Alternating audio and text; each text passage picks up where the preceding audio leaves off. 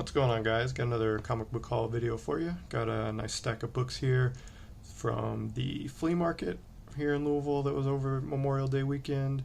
Got some books from a couple of stores in Elizabethtown, Kentucky, and a few books from a shop in Nitro, West Virginia.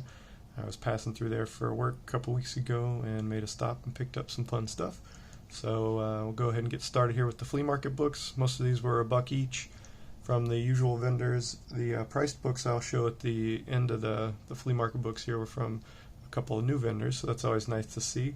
I've been going to the flea market for probably about 4 years, I guess, right after COVID, and it's usually the same vendors. There's about 5 or 6 vendors that are the same that have comic books, and I usually go through their stuff. Most of them are pretty good about getting new stock, so it's not just the same old books every time, but this time there are a couple new vendors, so that's always nice to see. Get started here with Wolverine number 80. This is from Volume 1, the first ongoing Wolverine series. This is the first cameo appearance, I guess, of X-23. It's got some of Wolverine's DNA in a test tube or a vial from a lab that they cloned, I guess, so that's someone's idea of the first appearance of X-23 or cameo, but it usually goes for, I don't know, $10-20 when it goes for anything more than $1, so I just needed it for my collection, so it's happy to find that.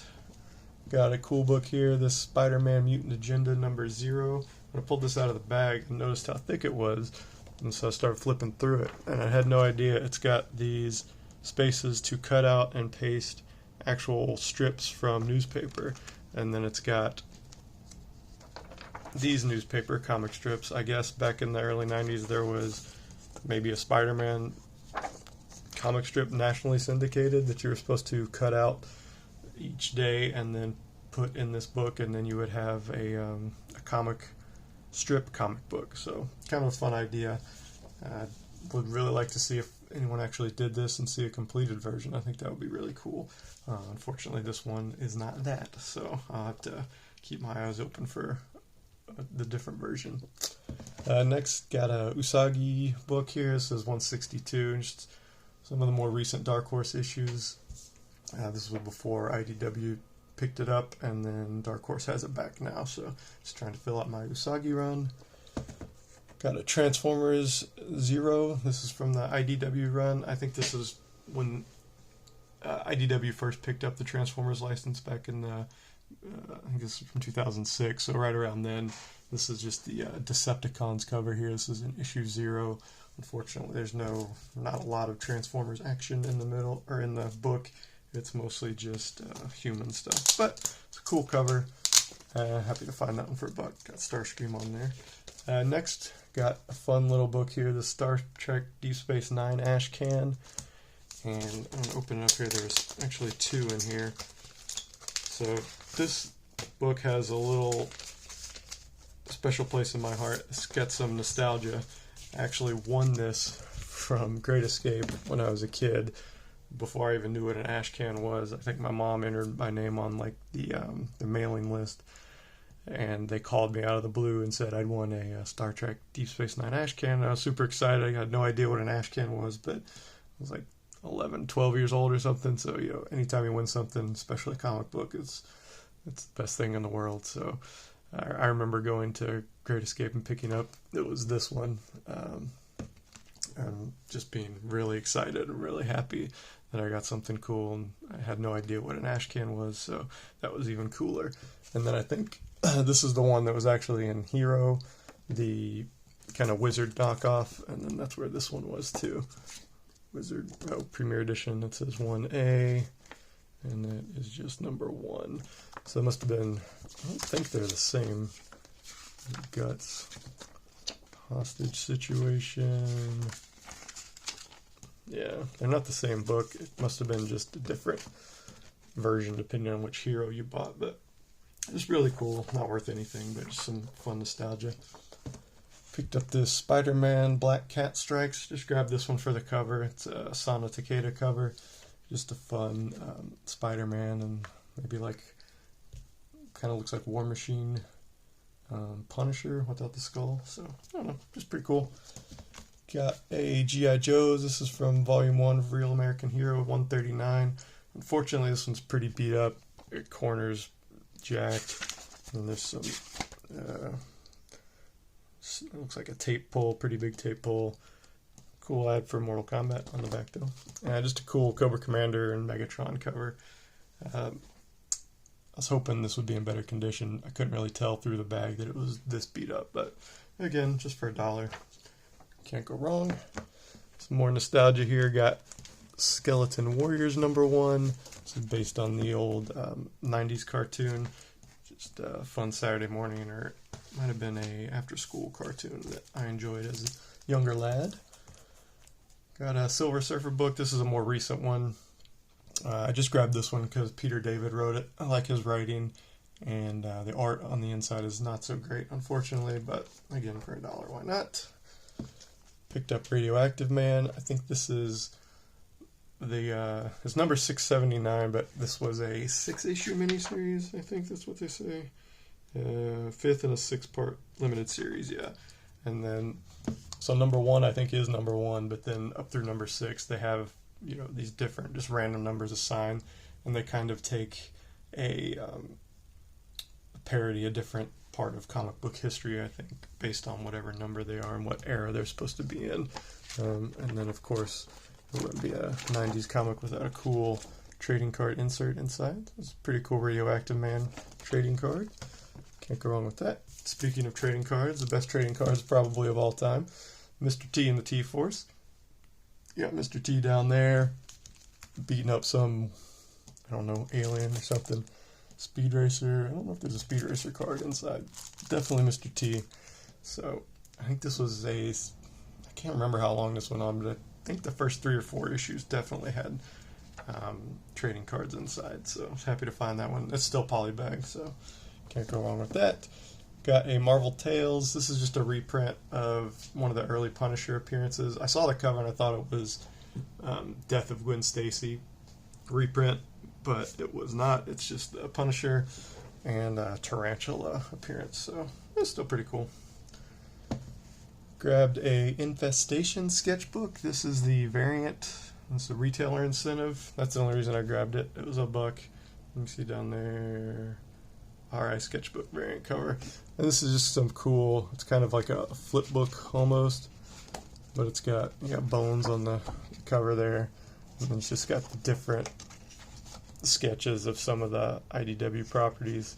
There's Transformers and Star Trek people. There's Megatron. I guess that's Spock.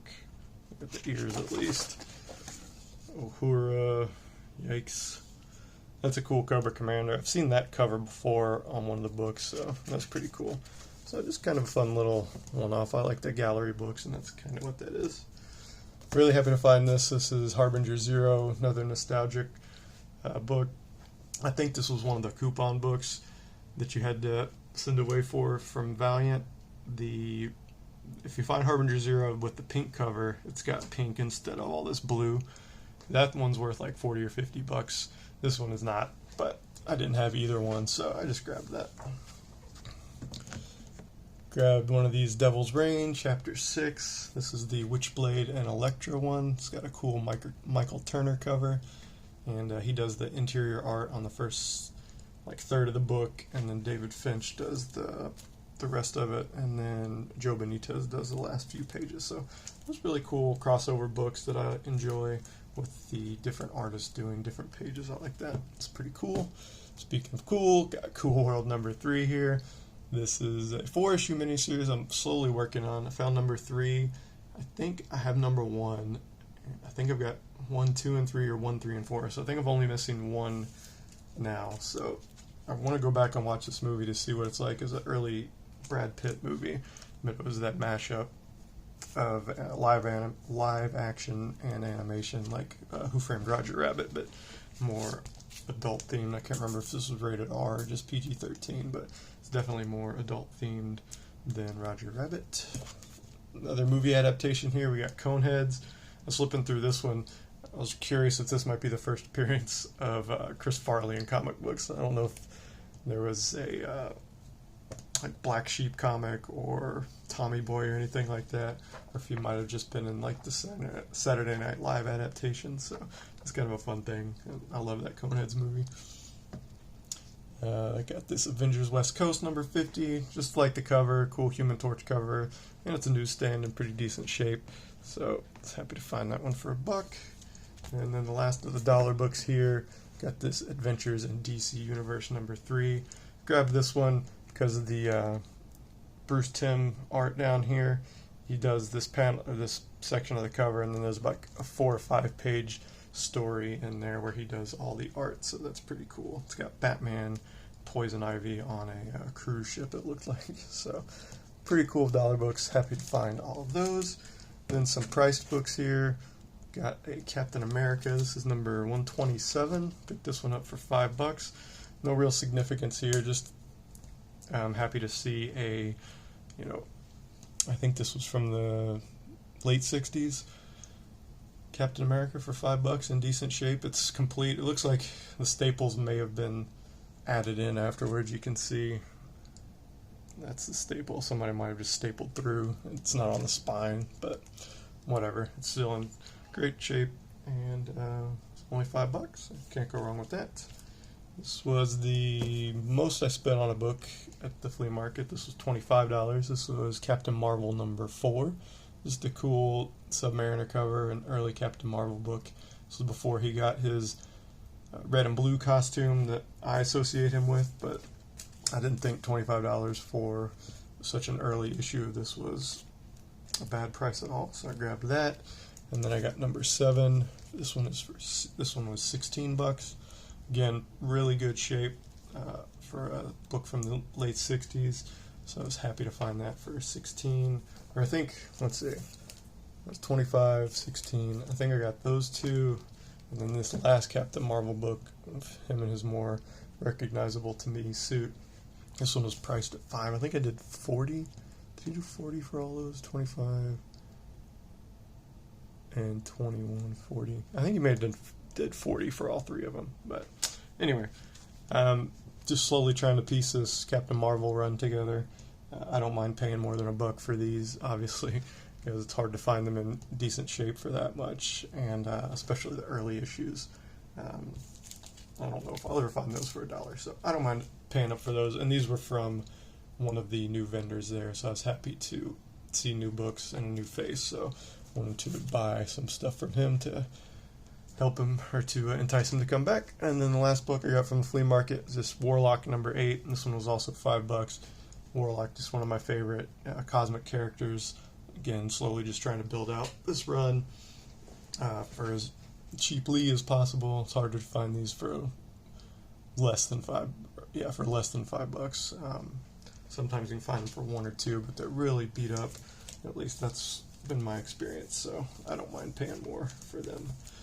So that was the flea market books, and then let's see, the 3 books I got from Nitro, West Virginia. It was a shop, I think it was called Third Floor Comics. It was on the second floor of it was like a peddler's mall type place, and they had the entire second floor was all comics. No real organization. They had some of the stuff that was alphabetized, but then they had, dozens of long boxes that were just scattered around. Hardly anything was priced, and they had those signs on the walls and on the book saying, we reserve the right to change the price of anything. Comics are fluctuating priced commodity, so we're going to look everything up that's not priced on eBay and charge you for it based on that. So I looked around for a little while, found some Alf books actually that I was going to get, but they weren't priced. And after seeing what most of their stuff was priced for, they didn't really have any dollar books. The cheapest stuff they had were $2 books, which is what all these were. So I just grabbed these and left after about an hour or so just digging. But these are all Star Wars parody books, and these were all $2 each. So we got Fart Wars, we've got The Empire Attacks Back, and The Return of the One Eye. And these actually go for a bit on eBay. I think recent sales are anywhere between like $20 and $50, depending on which one it is, and they're listing prices are about that too. So I think I'd seen this one, this Return of the One Eye, on one of the CBSI lists more than, I don't know, maybe 6 months ago or something. So I remembered that it was a little bit more pricey than $2, and I always like the parody books, and Star Wars is rife for parody. So and these were some early ones too. These are from like the late 90s. This was before the prequels were released. I was trying to think when these came out. Maybe 97, I think, is what it was. So just a couple years before the prequels. So those are the West Virginia books, and then the rest of these are all from Clobberin Comics. They have 2 stores here near Louisville, Kentucky. They have one in E-Town, which is about 50 minutes away, and then one in Shepherdsville, which is about 20 or 30 minutes away. So I hit them both yesterday, actually, because I'd never been to the E-Town store before, so I'll stop there first. And I got most of the books from the Shepherdsville store. I'm pulling out I think I got 3 books from E-Town. Where are they? That one, that one, and that one. Okay. So these were all from Shepherdsville. Got the Annihilation Heralds of Galactus. This was a 2-issue kind of mini-series tie-in with the Annihilation. The first book is over here. The cover, they're connecting covers, I'm sorry. So this is the right side. The number 1 is the left side of this image. So that's pretty cool. Art on the inside is terrible, unfortunately, but I like the covers on most of the Annihilation books, so grab that one. Another Silver Surfer book. Really happy to find this one. This is the miniseries that Harvey Tolabau did the interior art on, I think, all but the first issue, and now I have all but the first issue, so I was really happy to get that. And then, these were all $2 a piece. And then, speaking of Harvey, Mr. Tolabau, he did the interior art on all of these as well. These Danger Girl, The Chase, number 2, number 3, and number 4. So I was happy to find those. I'd found the subcovers to, I think, 2, 3, and 4, maybe 1, 3, and 4. I had on my list. They were the photo covers of the women in cosplay, but these are all Dan Panosian covers, so that was pretty cool. Grabbed a Flash book. Usually not a big Flash collector, but I grabbed this one just because it was Greg Capullo did the art. It's a variant, so just thought that was pretty cool. Got this trade. I don't know if it's a trade or it's just square bound. I don't know. It's about 40 pages. Frankenstein's Womb graphic novella by Warren Ellis. He's one of my favorite writers. This one is not that great. It's kind of the origin story of Mary Shelley. I guess it's kind of the origin story of Mary Shelley getting the inspiration for Frankenstein, but it reads more like Christmas Carol, because it's like she sees Frankenstein. She goes to the castle, sees Frankenstein's monster, and then he's like the ghost basically, and shows her the future and her past and the present. I guess it's mostly just the future now that I think about it. So I don't know, but it felt very much like a Christmas Carol and was not very good, unfortunately. But interesting idea, so why not? This one was kind of a goofy anthology book that I found, Lunar Donut. This one's from the late 90s. I'd never seen this one before. Just kind of a fun, goofy indie book. It's got about 3 or 4 stories here with these guys, Captain Happy, Rubber Boy, and Monkey Boy. Got a cool Noctera variant. This is a 1 in 25 from issue 5. So I was happy to find that one for $2. Found Pitt number 1/2. I guess this is when Pitt left Image and went to Full Bleed and restarted the series, I guess. So I'd never seen number 1/2 before, so I snagged that one.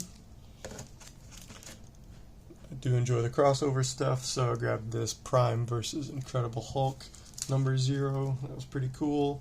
And then the last book from the Shepherdsville store was this.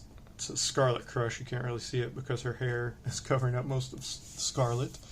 Just a fun Rob Liefeld cover from the awesome imprint that he started after he left Image, so that was pretty cool. And then these last 3, these are from the Elizabethtown store. Speaking of Rob Liefeld, got this Image United #1 sketch cover. This one was $4.25. These go for quite a bit more on eBay. There's some listed for like $50 and $60, I think.